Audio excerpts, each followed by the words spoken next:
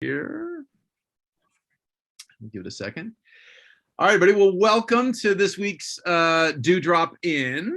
As always, stay muted if you don't mind for the first little bit here while Amber gives her presentation and Amber and I chat for a bit. And then when we get to the question and answer period, you guys can, by all means, unmute and start chiming in. So with that, I'd like to introduce our guest today. Amber. Amber Sparks is an oceanographer, an environmental scientist, and an entrepreneur. And she's a co-founder of Blue Latitudes, which is a certified women-owned business and marine environmental consulting firm that works with government and industry in an effort to unite science and policy and communicate the science and the policy effectively. In the context of repurposing offshore oil and gas platforms, in the context of rigs to reef, or reefs to reefs. Amber's a mover and shaker. In 2018, she was recognized as a Forbes 30 under 30 in this energy sector for her work doing developing sustainable, creative, cost-effective solutions for dealing with energy-related issues like rigs to reef and decommissioned platforms and the like. She's the co-president of Blue Latitudes Foundation as well. So their consulting firm also has a nonprofit, a 501c3, that's also dedicated to seeking out opportunities for conservation at the intersection of industry and the environment, science and policy, all that good stuff. As a leader and explorer, she's committed to elevating the scientific understanding of our oceans in communities worldwide. And she has her bachelor's degree from Berkeley in marine science and a master's degree from Scripps in marine biodiversity and conservation. So Amber Sparks is our guest today. Welcome, Amber. And she has a presentation to start us off. Thanks, Sean. I'm really happy to be here with all of you to present a little bit and maybe tell you a story, one that's different than the one you might think you know about the reality of some of our offshore oil and gas platforms. In California, there are 27 offshore oil and gas platforms. These platforms are made of steel, and they look like big industrial giants out there. And all these platforms have booming ecosystems that exist below the surface.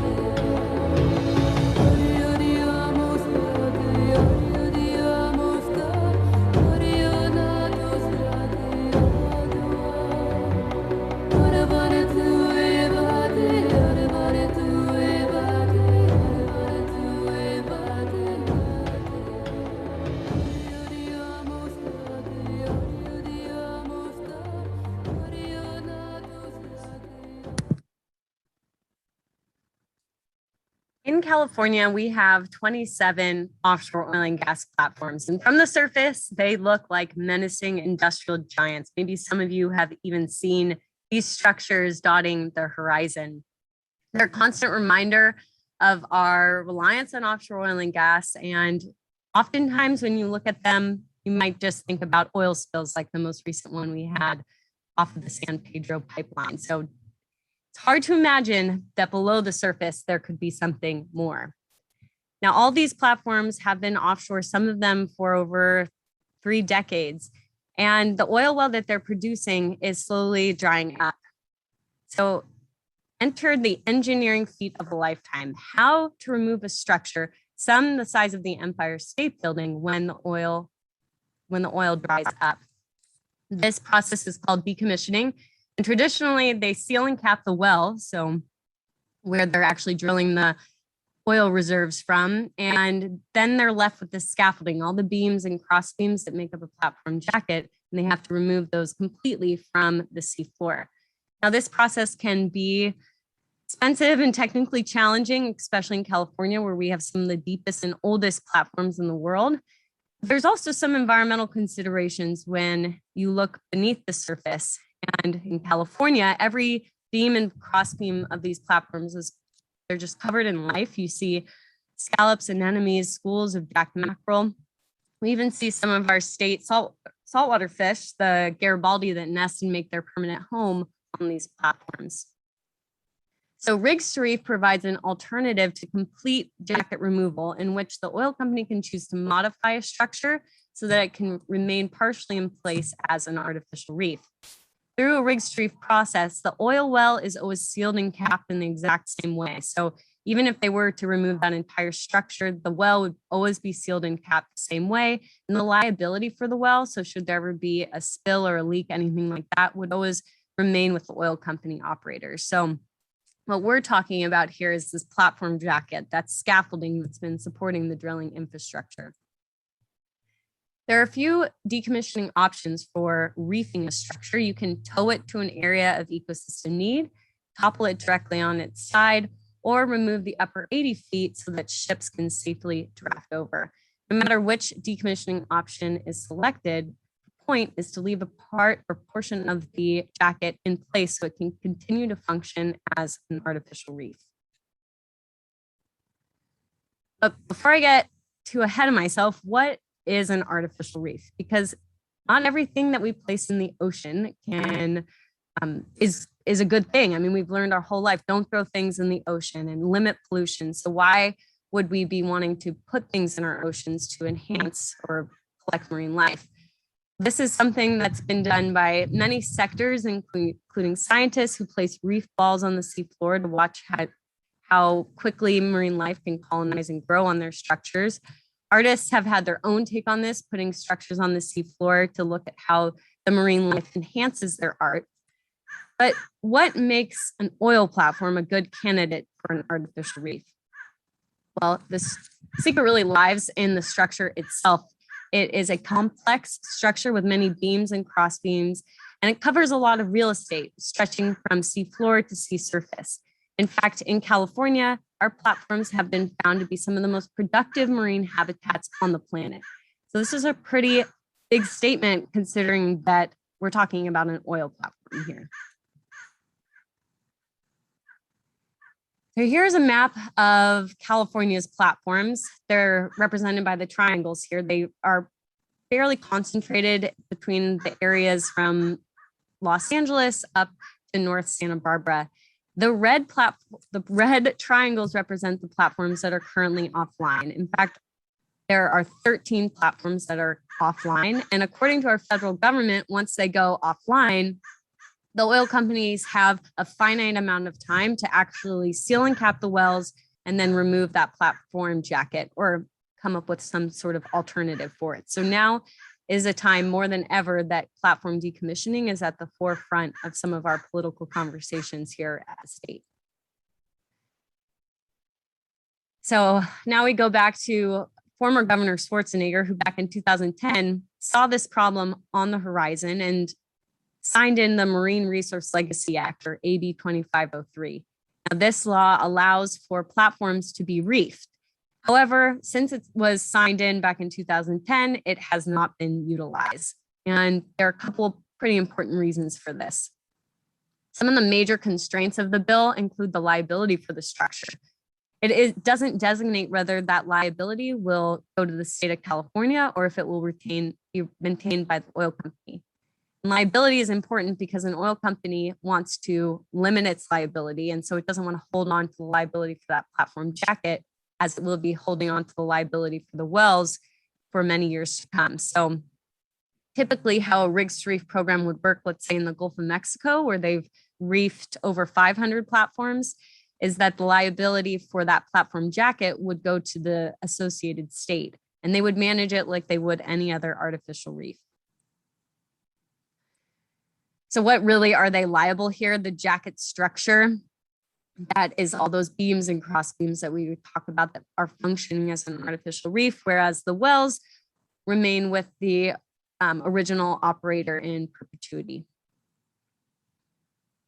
There's also some issues with the donation rate, because you can imagine if you don't have to remove this massive structure, that the oil companies are actually going to have some cost savings. The law currently states that 65% of that cost savings would go back to the state into an endowment for marine preservation and conservation. However, after January of 2023, which is quickly approaching, that rate increases to 80%, which means only 20% of the cost savings is retained by the oil company operators. So the Reefs program has a lot of success when it's mutually beneficial. So every stakeholder feels that they are being adequately represented. And so with this kind of a increase in costs, it may disincentivize the oil company operators from participating. Let's take a closer look at some of that cost savings. If we look at Platform Henry, which is relatively shallow for California platforms, $25 million to decommission it or $13 million to reef it, that's a potential savings of $12 million for that, just that one structure. And that would result in a donation to the state of $7.8 million. And that money would go into, as I mentioned, an endowment for marine preservation and conservation. It would be used to fund Department of Fish and Wildlife and research at local universities. In fact, if 23 of California's 27 platforms were reefed, there would be an influx of money to the state of between 650 to 850 million. But if the state takes on the liability for the structures, it's not like they won't have to pay anything for it. So it's important to remember that there would be ongoing maintenance costs as well as liability insurance costs for a structure, as well as the state would have to pay some sort of a one-time startup cost because our Department of Fish and Wildlife doesn't have a Reefs program. In fact, our artificial reefing program has been defunct for many years because it's been defunded under the Department of Fish and Wildlife. So there would need to be some expenses to actually get this type of a program up and running. Now I'm going to take a quick look at some of our pros and cons. One of the first cons we see is a lack of clarity in the reefing legislation here in California. This really limits what we can do and what is allowable under our legislation. It's also this issue of carrying capacity. At what point does it become ocean dumping when we just leave these structures out there? They've taken a look at this in the Gulf of Mexico, and what they found is that many of these platforms are providing greater habitats than they are taking away from the local environment. So in many ways, they're actually doing more for the environment than in terms of harming it.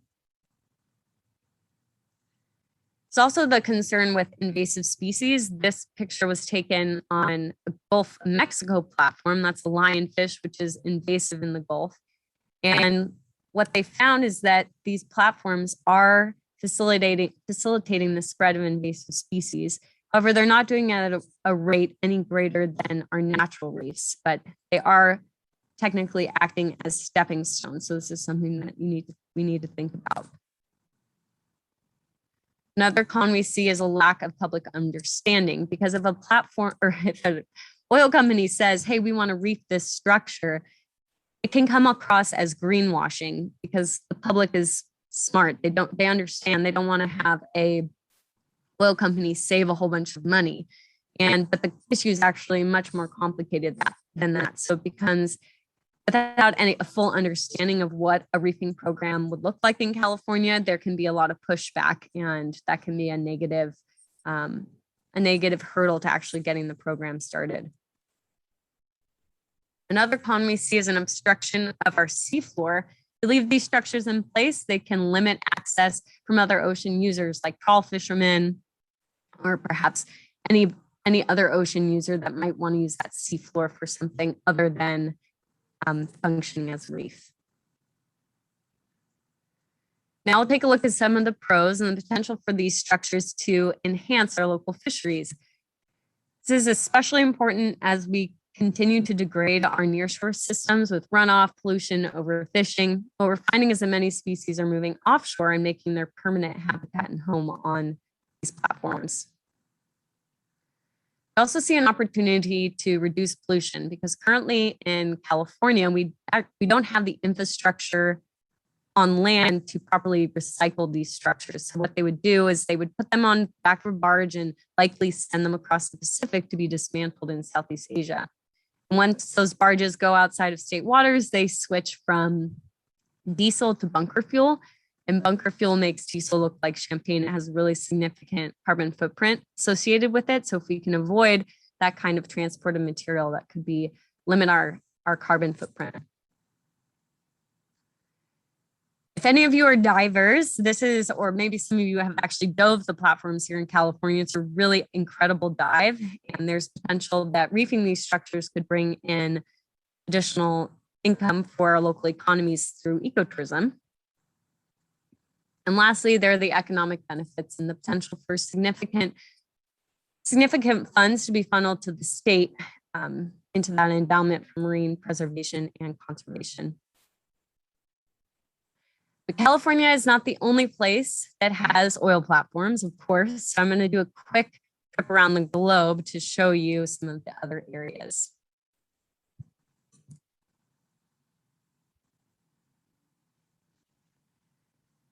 Right, so here we see a map of the globe, and the red and blue represent oil and gas fields, whereas the yellow represents where we are actively drilling on those fields. As you can see, drilling is highly concentrated along the shoreline and offshore. In fact, in every ocean at this moment, we're currently drilling for offshore oil and gas resources. So you would think with all this offshore development that there would be rigs to reef programs in every ocean and facilitated by all countries, but this is not the case. In fact, there are only a few places that actually have a rigs to reef program.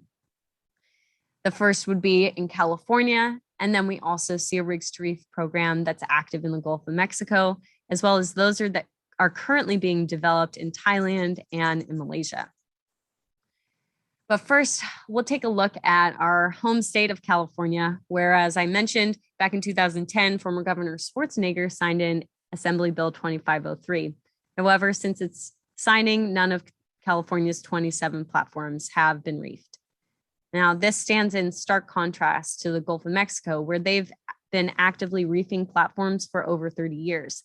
They have over 500 platforms that are functioning as successful reefs, facilitating the production of some of their commercial and recreationally valuable species. And they just expanded the National Marine Banks Sanctuary to include one of these platform reefs. Off the coast of South Carolina, a private investor bought a platform and turned it into his own little bed and breakfast. This idea was also emulated off of Malaysia, where the Sultan of Brunei planted a platform and turned it into a dive destination, a dive resort where people can come and stay above the platform and then dive the platform jacket and the surrounding reefs. Our last stop is going to be in Africa off of the west coast of Gabon, where Dr. Enrique Sala, a National Geographic explorer, went and actually dove these platforms and did some research on them. And what he found is that while the surrounding fisheries were being depleted by overfishing and trawling, these platforms were hotspots for life. And his research got these platforms incorporated into Africa's largest marine park.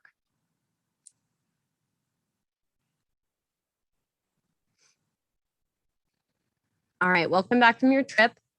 Just want to talk and have a little final perspective that implementing rigs to reef in California could be a viable alternative to the traditionally complete removal of our platform jackets.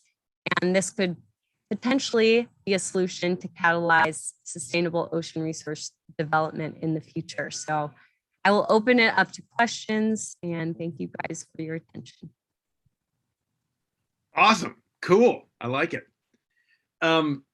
Very cool. So my first question is, so how many, because I found different numbers. So what's the current count of rigs out there? So in my class, so we have the 26 production wells plus the one processing well off the California coast, so 27 for us.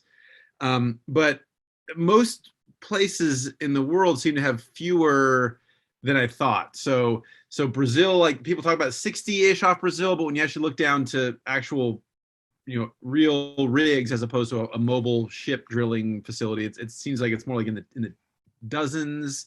So anyway, so can you give us an overview of how many we're talking about numerically?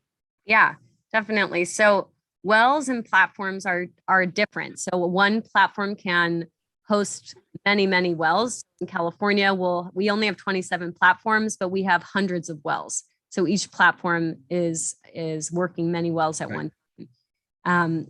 And although in California, they have been landmarks off of our coastline for many decades, this usually isn't the case. It's kind of a revolving door where they install, decommission, and it's so that's probably why that number you see is all over the place, because it's not really static, although it has been static here in California. So there are probably between 800 and 1,000 platforms in the world right now, I would say. It would be an accurate number. Cool. And when you talk, I mean, we have some polling data in terms of how the public perceives things and stuff, but I'm curious as to, so for example, a great test I thought was when the San Francisco Bay Bridge, we had the earthquake, 89, all the problems, partially collapsed. We redo the eastern span of the Bay Bridge. And part of that meant cutting off and sacrificing part of the historic bridge, and a new bridge structure was put in. And there was a lot of excitement and talk initially about repurposing that some of that structure as like a restaurant or bike paths or things of that nature. And then it suddenly quickly imploded. And so at first I thought, oh, this might be an interesting model for sort of repurposing rigs as well. And it seemed to implode. So did you, what are your thoughts on that? Or do you have any perspective on other model examples that we could look to? Yeah, so you could think about how they build other types of artificial reefs all around the world. I mean, off of New York, they're dumping subway cars and the tires. People are using materials of all different shapes and sizes to create artificial reefs. But what I like about the Reefs program is that these structures were originally placed to produce oil and gas, not to be marine ecosystems. They've just sort of developed into these de facto marine reserves. Right. And so all the marine life is already there. And there's been a lot of research around what those ecosystems mean. How valuable are they? Are they healthy? Is there pollution? Is there chemicals we need to be aware of?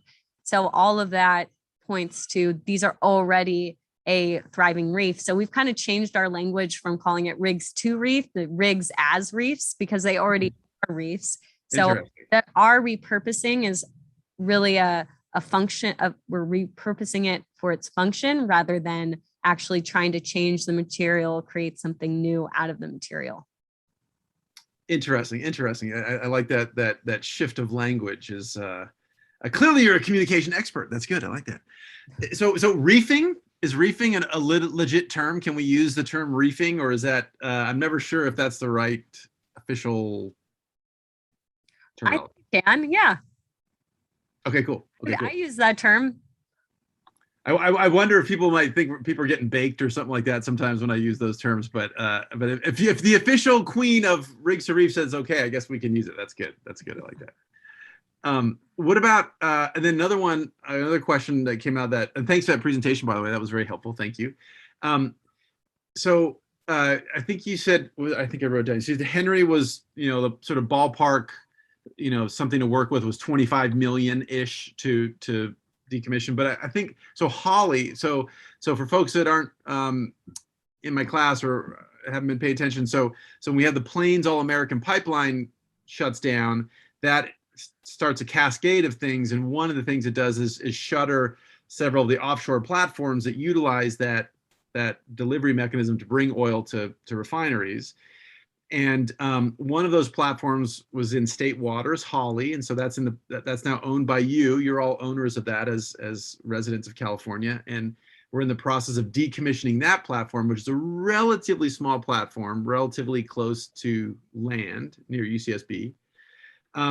But some numbers that I was hearing bantied around were hundreds of millions of dollars for that decommissioning, because it's both the platform as well as some of the associated like the piping and some of the onshore kind of stuff. Is that estimate of hundreds of millions of dollars, is that totally wrong, or because it seems there's a big. Yeah, so Platform Holly, they're decommissioning not only the platform, but also the onshore production facility. And that is a very expensive endeavor.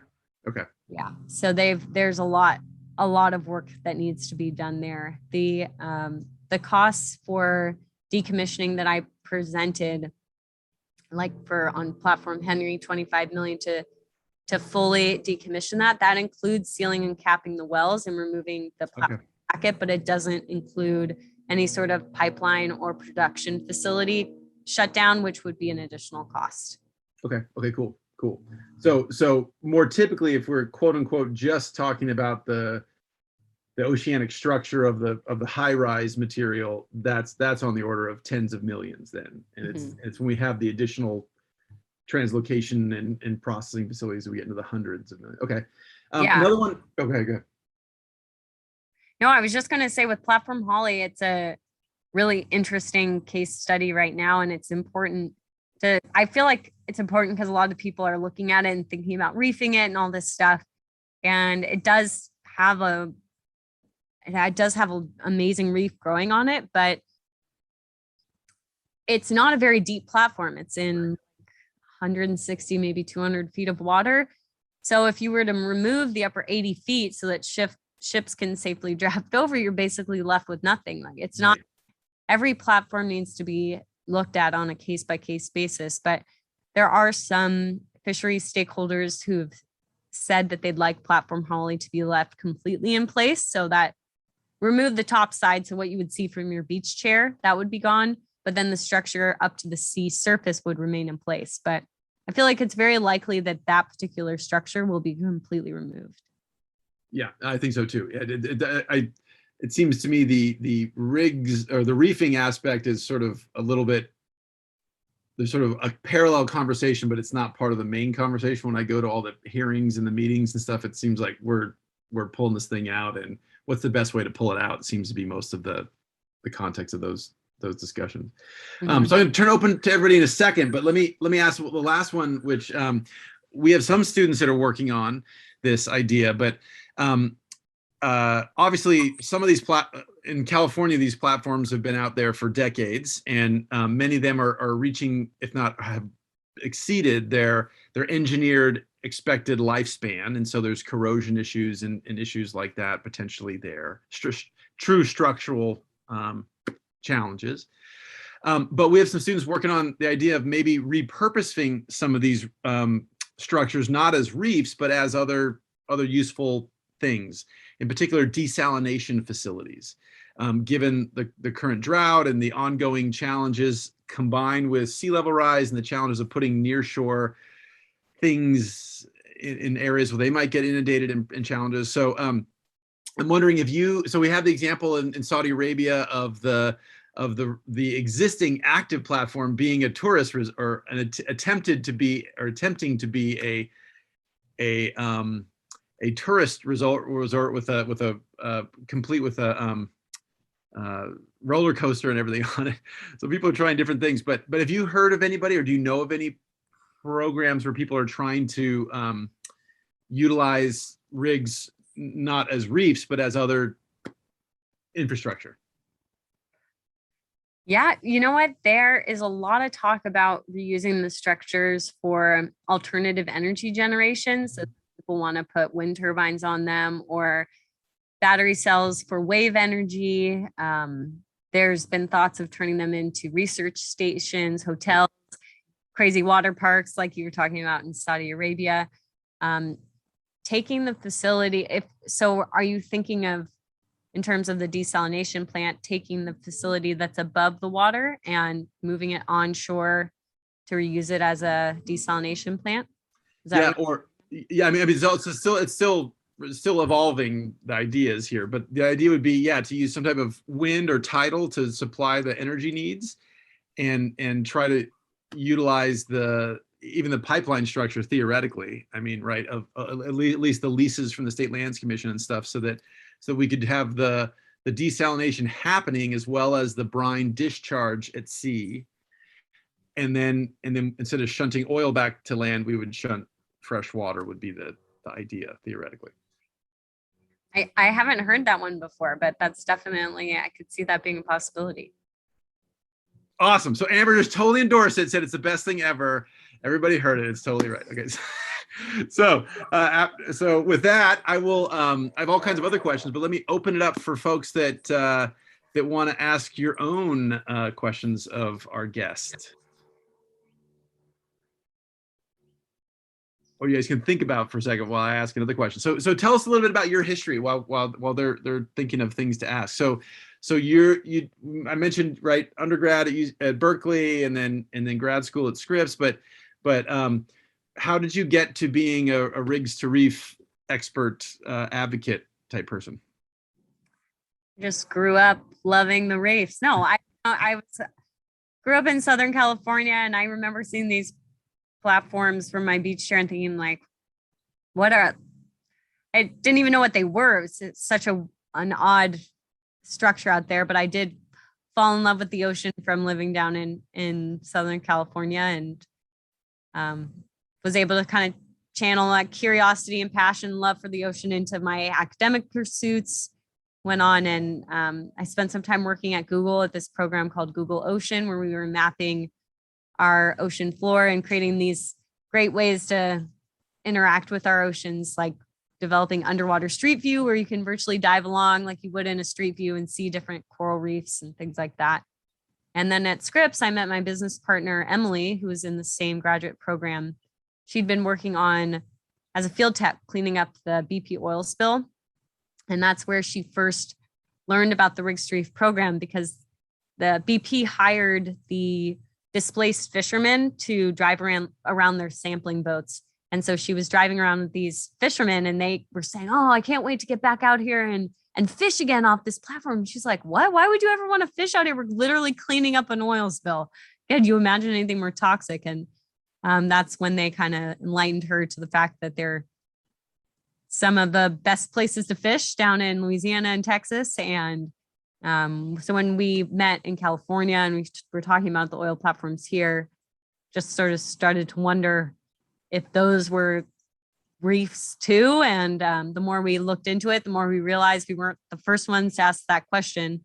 There's been a lot of research that's spearheaded by Dr. Milton Love's lab at UC Santa Barbara, as well as Jeremy Clay's, many others. And we were able to kind of create our thesis around understanding what reefing these platforms would mean. And when we graduated, we had a lot of momentum behind the work we had done. And we started Blue Latitudes as a consulting firm to go and work with oil companies around the world who were facing the same issues and challenges, but had no idea how other people were doing it in the US or in other areas around the world. So yeah, we just kind of grew from there. Awesome. And then also, since you just mentioned, tell us about Blue Latitude, since we haven't talked about that yet. So are you guys primarily working inside the US? Are you primarily working with companies? Like tell us a little bit about the overview of your consulting firm. Yeah, so we work primarily with offshore oil and gas companies as well as governments. So a lot of our project work is in the Gulf of Mexico. That's where they do a lot of reefing projects, but we do have some projects here in California, and we've worked on developing rigs to reef programs in Malaysia and off Mauritania and off of West Africa. And right now we just opened up another office on the East Coast in Maine, because we are looking to pursue opportunities in renewable energy. Offshore wind is a really big deal out there, and it probably will be a big deal here in California, or at least Oregon, Washington, in the next decade or so. And so trying to get on the front end of installing these structures with some of the lessons learned from decommissioning them with oil and gas. Cool. And that's kind of where our company's headed right now. Awesome. Great. Other folks, questions? Anything you guys want to ask Amber? Go ahead and unmute. Or I guess Ivan didn't want to unmute. Ivan typed his question. So he said, on average, how long does it take for a reef to form under these platforms, and when does that life start living there? So time scales. Yeah, so the platform jackets mimic whatever environment that they've been placed in. So in California, you see a lot of our cold water coral species that you would find on our natural rocky reef or kelp forests. See the blacksmiths, the sheephead, Garibaldi, they're all there. And at first there's pioneering species like small anemones and scallops, things like that, that invertebrates that will encrust the beams and cross beams. And that can take a couple of years until they're fully encrusted. And then they kind of form a foundation on which the fish are initially attracted. And then what they found is that many species spawn, breed, and grow to maturity on these platforms. In California, there are some platforms where they're worried about the drag from all the mussels and stuff that's growing on the upper portion of the platform. So the oil companies will actually go down with like a fire hose and blast them off. Blast them all off. And so we've gone and dove a platform right after they blasted it. And then, come back the next year. By year 2, there's already little things growing. Year 3, year 4, it's back to the way it was. So it can move pretty quickly. So there was that business. I think he doesn't do it anymore, but there was that guy that was essentially doing it for free for the oil companies in the Santa Barbara Channel, and then taking the scallops and stuff and selling them to the industry, because it had the benefit of they were so far offshore, they weren't impacted by a lot of the dinoflagellate blooms and a lot of the red tides. So when the other mussels and things were shut down, he could bring seafood in. So is he really still shut down, or do you know the update on that? I don't know. I'm not aware of him, but I do know that there are a lot of free divers, scallop divers that go out there and collect tons of scallops. So we were just out there we were actually out there the weekend before the spill off of platform Eureka, Ellie, and Ellen. And oh, wow. Collecting scallops, and then we were making ceviche on the boat with them. So they're pretty big and delicious.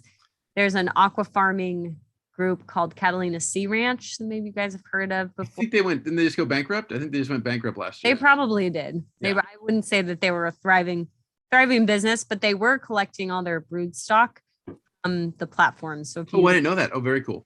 Very cool. They would go and because the scallops tended to be better quality, they were larger just by the location and the fact that there was less sedimentation, runoff pollution that was impacting them. So I always thought that was kind of interesting. Yeah, totally. Yeah, I would love to bring I've tried for the last several years to bring our students out to some of these platforms. It's at least I've found it basically close to impossible now. Whereas when I was an undergrad at UCSB, my energy class, we went to San Onofre. We didn't go into the reactor, but we went near the reactor building, and everything sort of changed after 9/11 in terms of security and who's allowed out there. But it used to be, it was a fantastic trip to go tour one of these amazing, incredibly complex facilities. But yeah. Well, so, are a lot of these students here divers, or any of them been? Some. Any of you guys been out to the platforms to dive? Is it anybody in the audience been out to a platform diving? I guess not. I know some have been out there fishing, but I don't know if anybody's been out there diving. Yeah, that's what I was going to say. I've been out in Texas fishing off those platforms plenty of times, but never diving, no. Cool. So I had a question that goes in the opposite direction. You both mentioned something about decomposition and the life expectancy of these rigs. And now I'm thinking they're throwing tires and subway cars in the bay in New York City again, when they are supposedly planting oysters there too. But what happens to these rigs and the reefs that are on them? How long do they live? Do they just stay forever? Yeah, that's a great question. And the answer is that we don't really have an answer for that yet, because these platforms, some of the oldest ones, have been out there for maybe 30, 40 years. So they're not necessarily we don't have a case study that we can look to. The best that we could would be looking at sunken ships that have been either a part of war or sunk on purpose. And they have taken a look at this, and what they found is that it's likely that the platforms wouldn't require any maintenance for up to 300 years. So they would be able to stand and support the marine life that was growing there, unless there was any sort of, massive die-off or event. The marine life should just continue to grow. The reef should continue to thrive. There's not like a life expectancy on how the marine life can grow and function. But yeah, that 300-year mark is kind of the best guess that we have at this time. Well, that's pretty good. That just goes to the pros for your subject. Yeah, it's Thank you. Interesting because they've got, so right now when they're active, the oil companies put these things called cathodes on the structures that basically attract erosion or attract try to pull away any sort of oxidation that might happen to the structure, and that's supposed to ensure the integrity of the structure, that it will continue to not corrode or have any issues. What they found is that a lot of the structures that are covered in life, so there's a lot of marine growth on them, that marine growth also limits the oxidation of the structure to make it have a longer lifespan. Yeah, I think Loretta, there's two things there, right? There's the idea of can you support a gazillion million pounds of oil and gas pumps and stuff on the top versus just holding itself up underwater. And so once you remove all that top stuff, it's a lot less stress on the. Yeah, that's all very positive. Thank you. Mm-hmm. Cool. Other questions?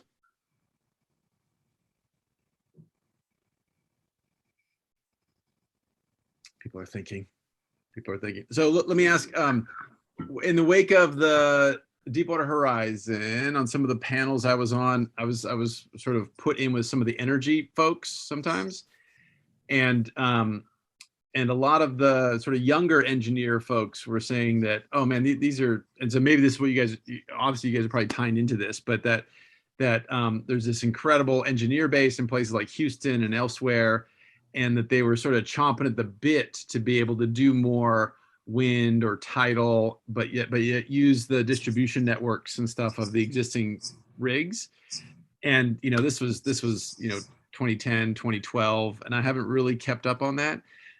Has there been, I mean, you guys are obviously working on that. Are you guys, how alone are you, I guess is my question. Are you guys part of a constellation of folks talking about energy transformation? Because as someone that works in Louisiana, it's a very different place than California. And I don't see any, in terms of my interaction with my colleagues, I don't see anybody trying to change anything. And they just kind of want to keep doing what they seem to want to keep doing. Well, we're definitely seeing a pretty big shift, I would say. NSF, the National Science Foundation, is funding this program called the Convergence Accelerator, where they're basically trying to get a whole bunch of industry, scientists, NGOs together to really move the blue economy away from oil and gas and towards renewables. We were awarded a grant underneath that Convergence Accelerator. So we're part of this, a big team, and all of a sudden we're meeting all these other folks who are interested and working towards that same goal. So I would say I wasn't quite aware of how many people were actively pursuing that until got involved in this program. And now I'm realizing we are definitely not alone. There's a lot of people who are thinking that way and working towards that energy transition. Cool. Yeah, one of my most favorite meetings is, I don't know if you go to the Maritime Alliance's Blue Tech meeting in November, but those are really energizing meetings. Nice. Yeah. Cool. Questions? Other people have questions? Can I ask, do you know what the situation is with the renewable wind on the coast of California? Yeah, so we are currently looking, well, we've opened up the leases to allow for applications, but it's still a very, very, very long way off in California. There's a lot of public comment and siting studies, a lot of work that needs to be done. So I would say it's moving in that direction, but perhaps very slowly. we have a center at Cal Poly, right? A center to study offshore wind. I'm not entirely sure exactly what they do, but right, it's to look at that, help facilitate expansion, right? Yeah. Yeah. Cool.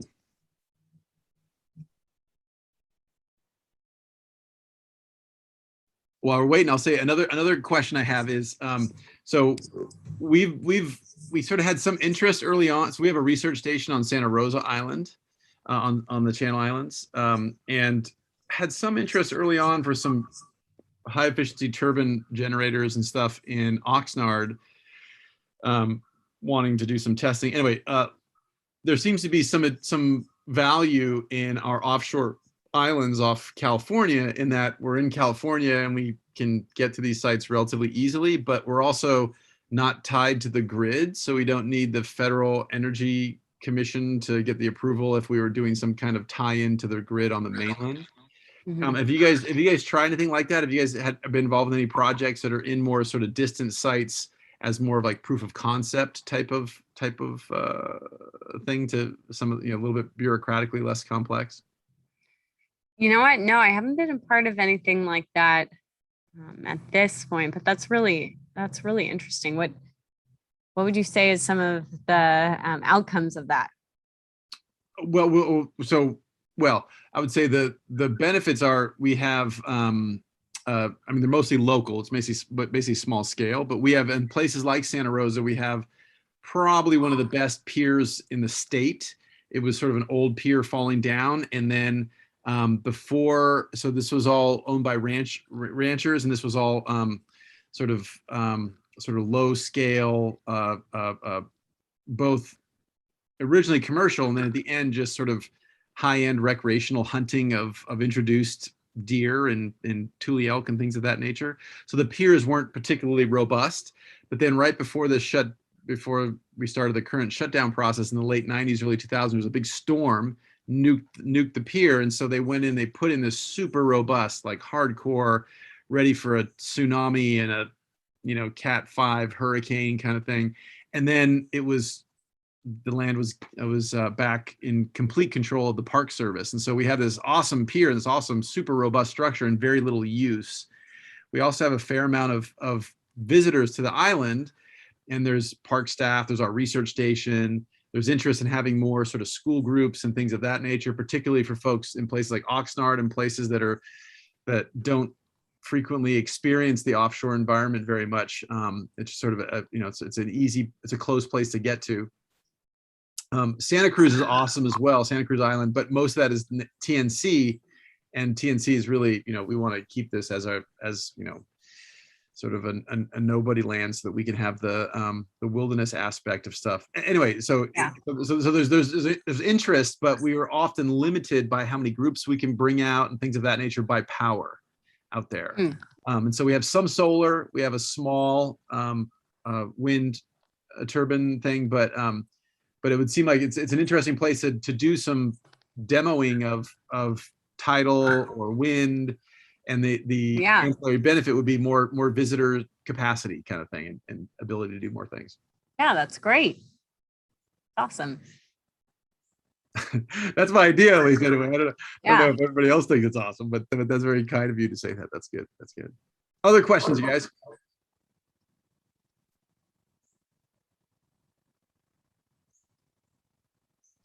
Brenton looks like he's getting ready. He's suddenly become visible. I have a question, and that was an awesome talk. I had to jump off like 20 minutes ago for a meeting, so I apologize if you've answered this question already. But so I am a fisherman. I'm out on, and we fish the rigs quite a lot. Actually, we usually stop out there to get bait, like mackerel, like you're mentioning. But I've dove the rigs a few times as well.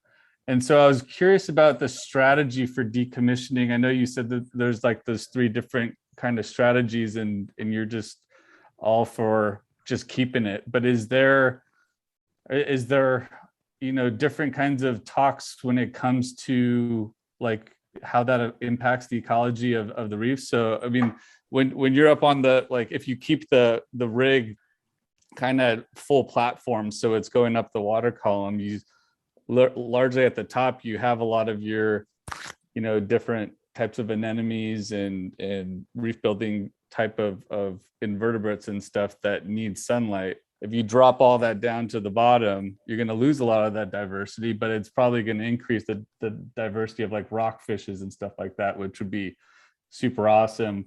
They'd probably actually turn into even more of fishing spots. So like the commercial and the recreational fishermen would probably fish them a lot more.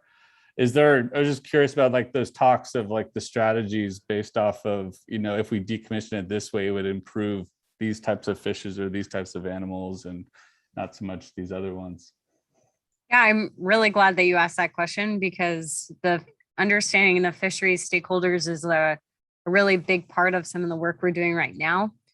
It's interesting because they had a big decommissioning event back in, I think, early 2000s. They decommissioned they call them the 4-H platforms. And at the time they were considering reefing them, but there was a big anti-reefing movement, particularly led by the trawl fishermen, because they wanted to restore their historic trawl fishing grounds, didn't want any obstructions in the way. So just from that one event, trawl fishermen or commercial fishermen in general are always put in the anti-rigs to reef category, because under this assumption that they wanted their seafloor back to the way it always was. They didn't want any sort of obstruction that could potentially tangle a net or mess up their gear, things like that. So, but now here we are 10, 20 years later, and we've been having conversations with commercial and recreational fishermen where they're like, well, actually, we do value these structures and we visit them a lot. And yeah, we don't want them cut down to 80 feet, because you're going to get rid of all of that upper trophic life that we think is important. And also then we lose our buoy. Like, now, where is it? I don't know the buoy there. How are we going to find it? Blah, totally. blah, blah. And so there's a lot of, that was a totally new, there's a big decommissioning conference in early 2020, right before the pandemic. And we spoke with, I don't know if you know her, but Kim Selko, she's the director. Oh, yeah. She's director for the commercial fishermen of Santa Barbara. Yeah. And so we've, ever since meeting her, and she kind of explained this perspective to us, we've partnered with Global Fishing Watch, which is an organization that sort of looks at how fishing patterns are in relation to structure. And so we've been looking at how fishermen have even using the structures, because fishermen want to remain anonymous. They don't want to tell you where they were, what they caught, or things like that. So it allows us to kind of see that, hey, they're utilizing these structures, they're of value. And so we presented several times now to the commercial fishermen of Santa Barbara, and we're looking to kind of establish a good relationship with them so that we can eventually ask them questions. But I feel like with the fishing community, you just got to move slow and establish trust. And then eventually you can ask, like, hey, do you like to fish rockfish? But we think you do, but I don't know. Totally. Yeah. I mean, the reason I asked too, not just as a fisherman, but, I've found myself as a conservation ecologist and more on the academic side, like there is, the two sides don't communicate very well. And Totally. We knew this very well, like back when the MPAs were being voted on, where, they were wearing black shirts, right? The fishermen would come into these meetings with black shirts and they were saying what they wanted and what was important to them, and rightfully so. And the academics were like, you just don't know what you're talking about, right? But then all the language that the academics were saying didn't really translate to the fishermen, and there was nobody really in the middle, or there was nothing in the middle to kind of bring the sides together. And I feel like this is actually a really great opportunity to bring both sides together, where you can, decommission these platforms and do it in a ecologically, conservation kind of way, get research done, do all this really great stuff science-wise, but also involve the fishermen and get their insight. And it could bring the two sides, or it could be a way to bring the two sides together to, start working on that relationship. Cause it's it's not a good relationship, Yeah. Yeah. Yeah. Cool. Thank you. Yeah, I agree. I think that was a case study as to how to not engage with a stakeholder group, was especially the MPAs around the Channel Islands before the state process came. It was it burned so many bridges that are still, many of which are still burned, but they're slowly Yep. getting better. But yeah, as much as you guys can interact with those folks, I think, you know, you're well served. But there's a lot of hard feelings in that community because of how that went down, as you probably know. Awesome. Other questions?